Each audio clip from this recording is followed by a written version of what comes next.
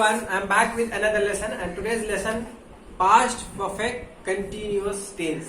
past perfect continuous tense का मतलब ये होता है कि पास्ट में कोई काम चल रहा था समय के साथ, जैसे कि वो 1 साल से खेल रहा था, वो 1 घंटे से पढ़ रहा था, यानी पास्ट में जब कोई काम चल रहा होता है और उसके साथ ही समय बताया जाता है तो इस स्थिति में इसको पास्ट परफेक्ट कंटिन्यूअस टेंस कहा जाता है। तो इसकी पहचान जानने का प्रयास करते हैं।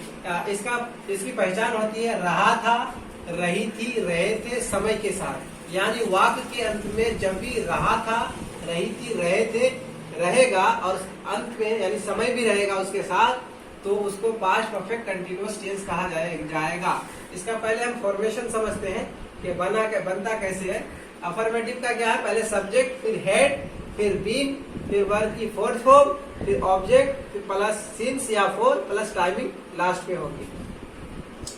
जैसे वह 1 साल से पढ़ रहा था, वो पढ़ तो रहा था लेकिन कितने साल से, 1 साल से। टाइमिंग की बात हो रही है।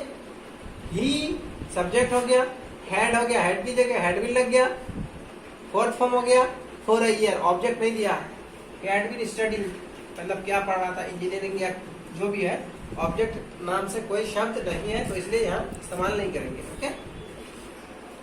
वे लोग 2 घंटे से खड़े थे, वे लोग 2 घंटे से खड़े थे तो इसको भी ऐसे ही बनाएंगे, they had been standing for 2 hours, यानी खड़े रहने का काम कंटिन्यू चला ना टाइम के साथ, तो इस स्थिति में क्या हो जाएगा, पास्ट परफेक्ट कंटिन्यूअस टेंस में ही बनेगा। They had been standing for 2 hours. मैं 2007 से पढ़ रहा था तो I had been studying since 2007। यहाँ सिंस क्यों लगा, क्योंकि ये टाइमिंग फिक्स है, 2007 फिक्स टाइमिंग है। ठीक है। एंड वैसे भी हमने पिछली वीडियो में बता चुका हूं मैं कि फिक्स टाइम सालों के नाम के साथ, महीनों के नाम के साथ, दिनों के नाम के साथ क्या लगता है, सिंस लगता है। सीमा जनवरी से काम कर रही थी, Seema had been working since January, January. Negative में क्या हो जाएगा, subject plus had plus not plus been, verb की fourth form plus since for, since या फॉर में से एक प्लस टाइमिंग आ जाएगी। वे लोग 2 दिनों से नहीं आ रहे थे, they had not been coming for 2 days, यानी नहीं आने का काम वो लगातार कर रहे थे। तो ऐसी स्थिति में क्या लगाएंगे, subject plus had plus not plus been plus verb की फोर्थ फॉर्म प्लस 4 प्लस वो हो जाएगा, टाइमिंग हो जाएगी। रोहन 5 साल से प्रैक्टिस नहीं कर रहा था, Rohan had not been practising for 5 years। ठीक है, इस रूल को दिमाग में रख लीजिए, पूरी बात क्लियर हो जाएगी। इस रूल के अकॉर्डिंग ही सारे सेंटेंस बने हैं। मैं मार्च से नहीं खेल रहा था, I had not been playing since March, March महीनों के नाम है इसलिए यहाँ सिंस लगा। अब इंटरोगेटिव समझते हैं, पहले हेड लग जाएगा, फिर subject plus been plus verb की फोर्थ फॉर्म प्लस ऑब्जेक्ट होगा तब देंगे, नहीं होगा तो नो प्रॉब्लम, प्लस सिंस या फॉर प्लस टाइमिंग हो जाएगा।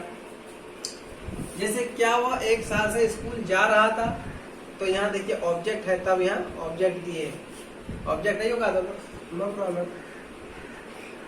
क्या हुआ, 1 साल से स्कूल जा रहा था, had he been going to school for a year, यानी पहले हेड फिर सब्जेक्ट फिर been plus fourth form plus object plus timing.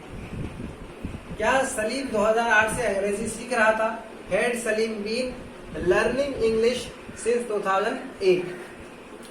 क्या तुम 1 साल से कार चला रहे थे, had you been driving car for a year.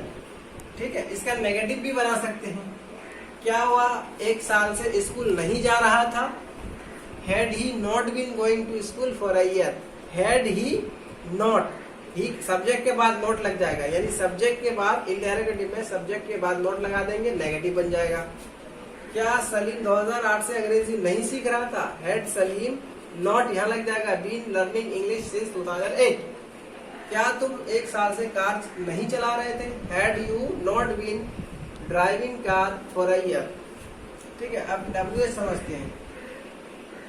WH में क्या होता है, तुम 1 साल से कहाँ खेल रहे थे, अगर ऐसी स्थिति में होगा, where had you been playing for a year, तुम 1 साल से कहाँ खेल रहे थे। वो 1 घंटे से क्या पका रही थी, तो व्हाट पहले हो जाएगा, फिर हेड लग जाएगा, फिर सब्जेक्ट फिर been plus fourth form plus timing आ जाएगी।